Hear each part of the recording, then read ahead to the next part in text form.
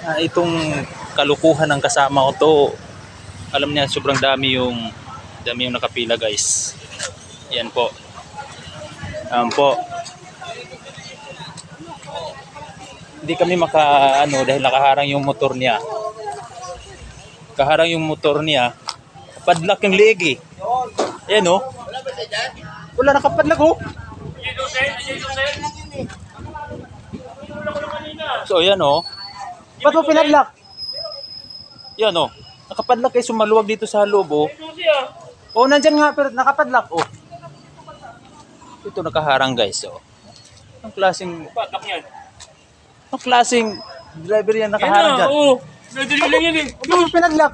Padlock, dadali lang yan. Oh, madali lang pala. Ba't mo kasi pinadlock? Ikaw pa yung nakasunod, di mo pa inabantay. Ako ba nakasunod? Ayan guys, nandito